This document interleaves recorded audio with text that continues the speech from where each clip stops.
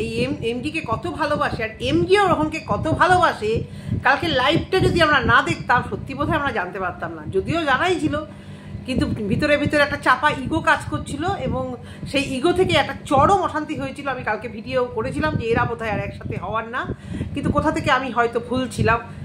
Maybe আমরা খুব শিগগিরই তাদের আবার একসাথে দেখব। দুজনকে ভীষণ ভালোবাসে, কলিজাকার টুকরা মনে করে, এক থালে খাওয়া, একসাথে থাকা, এই জিনিসটায় তারা ভীষণ কমফোর্ট ফিল করে। আশা করি বুঝতে পারছো কাদের নিয়ে কথা বলবো। হ্যাঁ, তোমরা নিশ্চয়ই থাম্বনেল দেখে বুঝতে পেরেছো। তার আগে নিজের ইন্ট্রোটা দিয়ে নিই। সাজানো উপসংসার চ্যানেল থেকে আমি অপর্ণা তোমাদের জন্য নিয়ে আসলাম আরও একটি ভিডিও। এখন রাত 8টা বাজে, জানি না কখন ভিডিওটা পোস্ট করব। সারাদিন প্রচুর ব্যস্ততার মধ্যে কাটলো, সানডে। যাই হোক, কোথাও যাওয়ার মতো নেই, প্রচণ্ড গরম, কলকাতায় বৃষ্টিও এখন আর হচ্ছে না।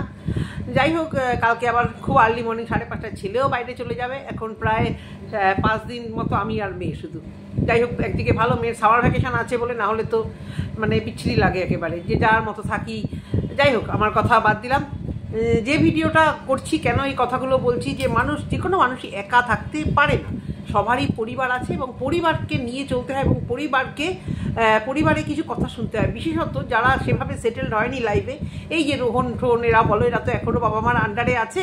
আমারই ছেলের বয়সী, হয়তো 2-1 বছরের এদিক ওদিক হবে, কিন্তু এখনও এরা কোনো রাস্ট্রিক ডিসিশন নিতে পারে না নিজেদের ক্ষেত্রে, কারণ তাদের মাথার উপরে যেহেতু মা বাবা আছে, মা বাবাদের কথা শুনতে হয়। এটাই তো একটা ভালো পরিবারের শিক্ষা, যে শিক্ষাটায় শিক্ষিত হয়েছে রোহন। কালকে এমজির লাইভে অনেক পরে আমি জয়েন হয়েছি। আমার কোথাও গেছিলাম বোধহয় আমি, বা আমি নোটিফিকেশান পাইনি, বা আমি নিজে ভিডিও করছিলাম, এই কিছু সংক্রান্ত কারণে হয়তো আমি লাইভটা অনেক পরে জয়েন করেছি। যখন জয়েন করলাম প্রায় অনেকটাই হয়ে গেছে, দেখছি সে রোহন ভাইকে ফোন লাগাচ্ছে, যেটা সে আগে বলেছিল এবং এমজি আমাকে কমেন্ট বক্সেও বলেছিল যে আজকে আমি লাইভে এসে অনেক কিছু ক্লিয়ার করব। আমি বলেছিলাম ঠিক আছে, আমি থাকবো। তো যাই হোক, সেইভাবে লাইভে রোহন ভাইকে ফোন করলো। সৎসাহস থাকলে হয়। রোহন কিন্তু বারবারই বলছিল লাইভে আছো তো, ঠিক আছে, আমি সব কথা বলছি, কোনো সমস্যা নেই। সমস্যাটা কোথা থেকে সমস্যার সূত্রপাত কিন্তু কোনো একজন এদের দিদি, যে এদের এদের বন্ধুত্বটাকে একটা অশান্তির মধ্যে ফেলতে চাইছে, বা কোনো মিসআন্ডারস্ট্যান্ডিং থেকে ব্যাপারটা হয়েছে। রোহনের কথা শুনলাম, ওর এক রিলেটিভ সিভিল ভলেন্টিয়ার আছে, তিনি ওকে সাবধান করে দিয়েছে। এটা তো একদম কোয়াইট ন্যাচারাল। এখানে তো আমি মানে রোহনের সে অর্থে দোষ দেখছি না। আজকে আমাদের যদি কেউ বলে যে কোনো একটি ছেলেকে যে ওর তোমার বন্ধু এরকম একটা কেসে ফেসেছে, যেখানে যে কেসটা এমনই কেস, সেখানে গ্রুপকে টানা হবেই। কারণ নারী পাচার চক্রে কোনো একটি ছেলে সত্যি যে কোনো ছেলের নামে যদি মানে এলিগেশন দেওয়া হয়, সে একা যে পাচার করতে পারে না সবাই জানে, তার সাথে গ্রুপ লাগে। আর ওয়াইটিতে আমরা জানি এদের একটা বিশাল গ্রুপ, তামিম, তুষার, রোহন, শাহরুখ, এমজি, তারপরে লিসান, এরকম ওদের একটা গ্রুপ আছে। তো আমরা ওয়াইটিতে এত দূর থেকে জানি যে ওদের একটা গ্রুপ, তাহলে ওরা লোকাল এরিয়াতে তো খোঁজ নিয়ে বার হয়ে যাবে যে এমজির সাথে আর কারা সবসময় থাকে, সবসময় এর সাথে কারা থাকে, ফোনে কথা কী করে প্রশাসনের লোকেরা সময় ফোনের কল লিস্টগুলো দেখে যে এই সময় কাদের সাথে তুমি যোগাযোগ রেখেছিলে, তাহলে তাদের সবাইকে আমরা ধরবো। দেখো, ওরা ওদের কাজ করবে, কারণ ওরা একটা ইনভেস্টিগেশন যখন করতে যায়, একদম গ্রাসরুট থেকে ওদের শুরু করতে হয়, যে শুরু থেকে আমরা দেখবো যে এই যে যাকে আমরা মানে ধরেছি সে সত্যি মিথ্যা, তো সেটা তো পরে বার হবে। অবশ্যই নির্দোষ, যে সে মানে বেরিয়ে আসবে, তার শাস্তি হবে না। কিন্তু তারা শুরুটা তো ওইভাবেই করবে যে আমরা যখন কাউকে ধরতে পারবো, তার আশেপাশে তার সঙ্গে রিলেটেড চেন হিসেবে ধরেই তো একটা মানে যে দোষী তাকে ধরবে, এটা তো বাস্তব। সেই জায়গা থেকে এমডি কিন্তু সকালের আগের দিনে ভিডিওতে বলেছিল যে আমি কি কখনো বলেছি যে আমি নারী পাচার চক্রে বিয়ে হয়ে গেছি, শাহরুখ ভাই বা তোমরাও একটা ভুল বার্তা দিয়েছো, কিন্তু তখনও আমি কিছু বলিনি। কিন্তু এমজির মুখ থেকেই সেই আপডেট দেওয়া যে আমি একটা এরকম সেই জেলের একটা ট্রিক দিয়ে চোখ থেকে জল পড়ছে যেরকমভাবে ধরে আছে। তখন সম্ভবত আমি বেড়াতে গেছিলাম, তখন দেখেছিলাম যে একটা মানে বাজে কেসে নারী পাচার চক্রে আমাকে মিথ্যা কেস দেওয়া হয়েছে। এটা কিন্তু বার হয়েছে তোমার মুখ থেকে এমজি, তুমি এটা হয়তো মিস করে গেছো বা যাই হোক ভুলে গেছো কোনো কারণে, কিন্তু জানতে পেরেছি যে তোমার কাছ থেকে যে নারী পাচার চক্রে। এবার সেই জায়গা থেকে যদি এদেরকেও অ্যালার্ট করে দেয় যে ও তোমাদেরই এই ক্লোজ বন্ধু একটা খারাপ কিছুতে মিশেছে, তোমাদেরও কিন্তু সেখানে মানে কান টানলে মাথা আসবে বলে তোমাদের নামও কিন্তু সেখানে জড়াতে পারে। কারণ কিন্তু কল রেকর্ডটা আমি শুনিনি, কোন ভিডিওতে কে দিয়েছে আমি জানি না, কিন্তু এই যে মিস গাইড করা যে এমজি বন্ধুদের নাম বলে দেবে, বন্ধুদের ফাঁসিয়ে দেবে, সেই জায়গা থেকে রোহনদের বোঝা উচিত ছিল। আমি রোহনের দোষ দিচ্ছি না, কেন খোঁজ নেয়নি কেন না, আমি ওর জায়গা থেকে একদম ঠিক, কিন্তু ওকে ভুল বোঝানো হয়তো হয়েছে যে এমজি ওদের নাম বলে দেবে। কিন্তু এটা ঠিক যে এমজি কখনোই যে ওর বন্ধুরা নিজেই জড়িত না, ও আবার কার নামে কাকে ফাঁসাবে, ও তো নিজেই ফেসে গেছে, ও তো আর অন্যায় করেনি, ও তো ক্রিমিনাল নয়, ও ফেসে গেছে। সেই জায়গা থেকে ও বন্ধুদের নাম বলে দেবে, এই যে একটা কথা ওদের কানে কেউ ঢুকিয়েছে, সেই এটা ভুল করেছে। যদি ওর কোনো দাদা সিভিক ভলেন্টিয়ার হয়, ওকে ভাইকে গার্ড করেছে, খুব ভালো কথা।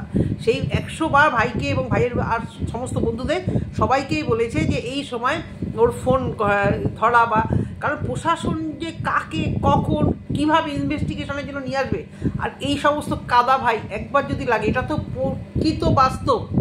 কালকে যখন ফোনে কথা হলো, রোহন এমডিকে বললো, রোহন তুমি আমার জায়গায় হলে কি করতে, তখন এমডি তুমি বললে আমি হলে জান দিয়ে দিতাম। দেখো, এটা বলা যতটা সহজ, সেটা করাটা বোধ হয় সহজ না। কেউ ইউহি নাও আমি বিপদে পড়ছি, বিপদ কীরকম, তুমি অসুস্থ, তোমাকে আমি যাচ্ছি সেখানে, আমার নিজের কোনো বিপদ নেই, তোমাকে আমি পাশে দাঁড়াচ্ছি, তোমার পাশে সব ঠিক আছে, কিন্তু এরকম একটা বিপদ যেখানে আমারও একটা বড় সড়ো বদনামের ভাগিদার, অন্য বিপদ মারধর এরা তো আগেও খেয়েছে, থ্রেটনিং খেয়েছে, বদনাম, কিন্তু এই যে একটা বদনাম, যে আর এই বদনামটা একটা ইয়াং ছেলের মানে কেরিয়ারের শুরু বা জীবন শুরুতে যে কতটা সাংঘাতিক, কতটা খারাপ, এটা সবাই বোঝে ভাই, তোমরাও জানো যে একটা ইয়াং ছেলে যার এখনো বিয়ে শাদী কিছু হয়নি, হ্যাঁ, একটা অন্যরকম সোশ্যাল ওয়ার্ক করছে, সোশ্যাল ওয়ার্ক, এখানে সবাই যাদের ভালো চোখে দেখে, ভালো চোখে দেখে, সেইখানে যদি এরকম একটা দাগ লেগে যায় যে অমুক অমুক অমুক সোশ্যাল ওয়ার্কার দেখো আজকে এরকম একটা কেসে তাদের নাম জড়িয়েছে, এটা তো মারাত্মক খারাপ। সেই জায়গা থেকে এরা তখন সরে গেছে। কিন্তু তোমরা এই যে লাইভ করে ব্যাপারটাকে ক্লিয়ার করছো, আর হ্যাঁ যেটা বলছিলাম, এমজি বলেছে যে আমার জান হাজির হতো, বলাটা অনেকটা সহজ। আর তাছাড়া সবার ফ্যামিলির উপর কমেন্টমেন্ট কিন্তু একরকম থাকে না। আজকে মেবি রোহনদের ফ্যামিলি, রোহনের মা বাবা যতটা ওকে গার্ড করে রাখে, সেই জায়গা থেকে রোহনেরও কিন্তু কিছু কর্তব্য ছেলে হিসেবে একদম, যে আমার মা বাবা আমাকে সেই জায়গাটা দিয়েছে, সমস্ত দিক থেকে আমাকে গার্ড করে রেখেছে, আমি এখনও তাদের আন্ডারে আছি, সেখানে থাকছি, সেখানে সব কিছু করছি, এবং মা বাবার সম্মান রক্ষার দায়িত্ব 100 বার রোহনের। সেই জায়গা থেকে ওরও কিছু কমিটমেন্ট থাকে যে আমি মা বাবার এগেনস্টে যাব না। কিন্তু এমজি তোমাকে বলছে, আমি এখনও তো জানি না তোমার পরিবার কী কারণে সেদিন তোমার কাছ থেকে সরে গেছিলো, এটা ক্লিয়ার নয়, কোন ভুল বোঝাবুঝিতে এরকম সরে গেছিলো। ভুল বোঝাবুঝির অভ্যেসটা যে তোমার একটু হলেও আছে, এটা বোঝা যায়, এটা ইগোর প্রবলেম আছে। বাই হার্ট তুমি ভীষণ ভালো, সবাইকে ভালোবেসে ফেলো, বিশ্বাস করে ফেলো, কিন্তু একটুতেই তুমি খুব আঘাত পেটাও, ইগোর প্রবলেম হয়ে যায়, যার জন্য তোমার পরিবারের সঙ্গেও কিন্তু তোমার একটা ডিটাচ এসে গেছিলো। এবং তোমাদের কাছ থেকেই সোশ্যাল মিডিয়াতে আমরা জানতে পেরেছি যে তোমার পরিবার ওই অসুস্থতার সময় নেই, সেখানে কিন্তু প্রত্যেকে তোমার পরিবারকে নিয়ে নেগেটিভ ভিডিও, তাদের কিন্তু ভিলেন হিসেবে এখানে পেশ করা হয়েছে। কারণ আমরা যেটা শুনেছি, আমরা যেটা দেখেছি সেটাই, এবং এখন তো সেই হিসেবে বলছি, মেবি তোমার পরিবারের প্রতি হয়তো তোমার সেই পরিমাণ কমিটমেন্ট নেই, তুমি হয়তো পরিবারের এগেনস্টে গিয়েও অনেক কিছু করার সাহস হয়তো পেতে পারো। সবাই একরকম নয়, সবাই একরকমভাবে বড় হয় না, সবার পরিবার একরকম থাকে না। তোমার সেই জায়গা থেকে মনে হয়েছিল যে তোমার বন্ধুদের কিছু হলে হয়তো তুমি ঝাঁপিয়ে পড়ে সেই রিস্কটা নিতে, কিন্তু রোহন বলো, তামিম বলো, এরা হয়তো এই রিস্কটা নেওয়ার সাহস পেত না। কারণ তাদের দিনের শেষে কিন্তু পরিবারেই ফিরতে হবে, তখন তারা মা বাবার চোখে কী জবাব দেবে। আর এরকম যদি একটা কিছুতে বাইচান্স তাদের নাম জড়িয়ে যায়, এই সোশ্যাল ওয়ার্ক যেটা রোহনের স্বপ্ন, যেটা রোহন করতে ভালোবাসে, তামিম করতে ভালোবাসে, তুমি করতে ভালোবাসো, কিন্তু মেন চ্যানেলটাই তো ওর এভাবেই তৈরি করা, এভাবেই ও তোর মানে চিন্তাধারা। সেখান থেকে লিজান ভাই অফ ক্যামেরাতেই করতো, এখন অন ক্যামেরাতে এসেছে। সেই জায়গা থেকে দাঁড়িয়ে যদি রোহন ভাই সরে যায় এরকম একটা রিস্কের মধ্যে পড়ার আগে, সেখানে তো ভুল কিছু দেখছি না। সবার আগে যেটা দেখছি, তুমি যে লাইভটা করেছো, এই লাইভটা করার ভীষণ ভীষণ ভীষণ ইম্পর্টেন্ট ছিল। কিছুদিন ধরেই বলছি যে অশান্তি, যে কোনো মানুষের ঝগড়া অশান্তি হয়, কিন্তু সামনাসামনি কথা বলে মিটিয়ে নিলে না অনেক কিছু মানে ঠিক হয়ে যায়। যেখানে তোমাদের মধ্যে ভালোবাসাটা খুব বেশি, ভীষণ ভালোবাসো এমজি, তুমি রোহনকে মারাত্মক ভালোবাসো, রোহন তোমাকে ভালোবাসে, তার থেকেও বেশি তুমি বোধহয় রোহনকে বিশ্বাস এবং অনেক বেশি বাসো। কিছুদিন আগেও তুমি তোমার মানে হয়তো ইগো থেকে বলেছিলে যে তোমার ঠিক হওয়ার পেছনে হয়তো রোহন ছাড়াও আরও অনেকের অবদান বেশি আছে এই জায়গাটা থেকে। রোহন তো কষ্ট পেতেই পারে, তাও বলবো রোহনের মতো ছেলে হয় না, ছেলে হয় না। কারণ ওই যে তোমাদের মধ্যে ভালোবাসাটুকু মরে যায়নি, বিশ্বাসটুকু বোধহয় মরে যায়নি, যার জন্য ও চেয়েছে সম্পর্কটা আবার ঠিক হোক। যার জন্যই কিন্তু তোমার লাইভে কমেন্ট করেছিল, দুদিন আগেকার লাইভেও কন্টিনিউ কমেন্ট করছিল, এবং তুমি গতকাল যে লাইভটা করলে সেখানে ফোন করার পরে কিন্তু ও কথা বলেছে। এই জায়গা থেকে বোঝা যায় যে রাগ হয়ে থাকলেও তোমাদের মধ্যে ভালোবাসাটা মানে অফুরন্ত ভালোবাসা দেখা যায় না। তো লাইভটা করা ভীষণভাবে দরকার ছিল, অনেক কিছু ক্লিয়ার হলো, আমরা অনেক কিছু জানতাম না। রোহন ভুল স্বীকার করেছে, ওর হয়তো এই ভুল করাটা মানে ঠিক হয়নি যে ও মানে ওই কল রেকর্ডটা করেছে, যে কল রেকর্ডে তুমি জানি না কী বলেছে রোহন, যে তুমি ওদেরকে ফাঁসিয়ে দিতে, এই ধরনের কথা। রোহন হয়তো বাচ্চা ছেলে তো তোমরা, আর রোহনরা তো আর একটু বোধহয় তোমাদের থেকেও জুনিয়র, তো এই কথাগুলো বলে ফেলেছে যে আমাদের এমজি ভাই ফাঁসিয়ে দিত। সেই জায়গা থেকে ও হয়তো ফোন কিছুই করেনি বা দূরে সরেছিল, যেটার হচ্ছে মেন কারণ এমজি ভাইয়ের দুঃখ লাগা। আমি বহু আগে এই নিয়ে অনেক মানে কথা শুনেছি, এবং অনেকে ভিডিও করেছে এদের বন্ধুবান্ধব, আমার ঠিক মনে নেই, যে রানী মা সোনামাকে নিয়ে অশান্তি, শাহরুখ বোধহয় কে বেশ একটা, যদি ভুল হয়ে যায় ভাই ক্ষমা করে নিও, তোমাদের মধ্যে কেউ একটা ভিডিও করেছে যে এমজি আর রোহনের অশান্তি সোনামা রানীমাকে নিয়ে। কিন্তু আমি কিন্তু অনেক আগে বলেছিলাম যে এই অশান্তিটা এমজি ভাইয়ের কাস্টাডিতে যাওয়ার পর থেকে হয়েছে। মেবি কোনো একটা কিছু ভয়ে মানে ফেসে যাওয়ার ভয়তে হয়তো বন্ধুরা সরে আছে। আমি এই জায়গাটায় বারবার পয়েন্ট আউট করবো, আমি কিন্তু একেবারেই মনে করি না যে রোহন এটা ভুল করেছে। রোহন বা তামিম যে বন্ধুরাই হোক, এই একটা মানে এমন একটা বদনাম না, এই বদনামের ভাগিদার চট করে কেউ যেচে পড়ে নিতে চায় না। কারণ এই দাগ, এই কালিমা যায় না, কিছু হলেই মানুষ তখন বলবে ওই তো তুই, তোর স্বভাব চরিত্র তো এই, তুই তো এইসব কিছু ফেসেছিলি, তুমি ফেসে গেছো, তার মানে যে এদেরকেও এর মধ্যে মানে ফাঁসতে হবে। তো বলছি না যে একেবারে ভাববে না এমজি ভাই যে তুমি ফাঁসাতে চেয়েছো, যদি ফেসে যেত এরা, তখন একজন ফেসেছে বলে যে সবাইকে বাঁচতে হবে, এটা তো কথা না। আর এদের কাছে এই যে তামিমের কাছে একটা বাচ্চা আছে, রোহানের সাথে একটা বাচ্চা মেয়ে আছে, যে বাচ্চাটা মানে রোহানকে ছাড়া তখন মানে ভীষণভাবে তখন ওই সময়, এখন তবুও বোধহয় বাচ্চাটা একটু অন্যরকম কারো কাছে থাকতে পারবে, তখন ও রোহানকে ছাড়া মানে ওর কাছে মানে জগৎ অন্ধকার। সেই জায়গা থেকে রোহান ভীষণভাবে ভয় পেয়েছিল যে আমি যদি এরকম একটা কেসে ফেসে যাই, আমি 5 দিন বাইরে থাকি, 10 দিন বাইরে থাকি, বা যে কোনো দিন থাকি, আমার বাচ্চা মেয়েটার উপর ভীষণ এফেক্ট করবে। তার থেকেও বড় কথা, বাবা মার মান সম্মান যাবে, পাড়া প্রতিবেশী বন্ধু বান্ধব ওয়াইটিতে সবাই বলবে ছি ছি ছি তুমি এরকম একটা কেসে ফেসেছো, যেটা এমনি তোমাকে অনেকে ভুল ভেবেছিল। কিন্তু আমি জানি, আমিও বলেছি নির্দোষী হয়, কেউ তোমার গায়ে কাদা ছেটাতে পারবে না, পারেও নি। এবং আমি যেটুকু জানি, আমার মনে হয় না তুমি নিজেই পরিষ্কার করেছো যে এই ধরনের কেসে তুমি ফাঁসোনি, এর থেকেও একটি জঘন্যতর কেসে তুমি ফেসেছো। চাইবো যে তুমি তার থেকে মানে বেঁচে আসো, তার জন্য তোমার ভালো উকিল, ভালো টাকা পয়সা সমস্ত কিছুই দরকার, তার জন্য তুমি সুন্দর সুস্থ ভিডিও করো। এইরকম অশান্তিকর ভিডিও তোমরা আর প্লিজ করো না। শাহরুখ ভাই মিষ্টি খাওয়াবে বলেছিল, সেটাও অন ক্যামেরাতে আমরা দেখতে চাই, শাহরুখের কাছে অন ডিমান্ড। আমরা দেখতে চাই যে তোমরা এখানে সেদিন তামিম আর তুষারের রোহানের মধ্যে যেরকম মালা বদল মিষ্টি খাওয়াই হয়েছে, আমরাও ভাই এই জিনিসটাকে দেখতে চাই, যদি সেটা পসিবল হয়, যদি তোমরা নিজেরা মন থেকে মেনে নিতে পারো তোমাদের সম্পর্কটা ঠিক হবে। মনটাকে সবার আগে জিজ্ঞাসা করবে তোমরা কি পারবে আবার একসাথে থাকতে, আবার কোনো মিসআন্ডারস্ট্যান্ডিং তোমাদের গিলে খাবে না তো। সেই জায়গা থেকে তোমরা কিন্তু মনের দিক থেকে তোমরা যদি মিলতে পারো, তবেই কিন্তু তোমরা এগোবে, না কি কারোর কথায়, না আমাদের কথায়, না তোমার বন্ধুদের কথায়, না পরিবারের কথায়। এটা তো একদম ঠিক।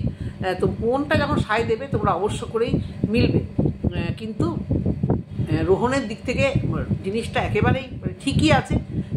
বন্ধুবান্ধবরা যে পরিবার যদি এখানে স্ট্রিক্টলি বারণ করে, তাহলে সত্যি ওদের কিছু করার নেই। তারপরে এটাও সত্যি, তোমরা এখানে এসে আর এইরকম ঝামেলা অশান্তি নিয়ে ভিডিও আর করবে না, কারণ এখনও কিন্তু বহু ভিউয়ার্স, মানে আমি তো দেখছি 90% ভিউয়ার্স কিন্তু সবাইকেই ভালোবাসে।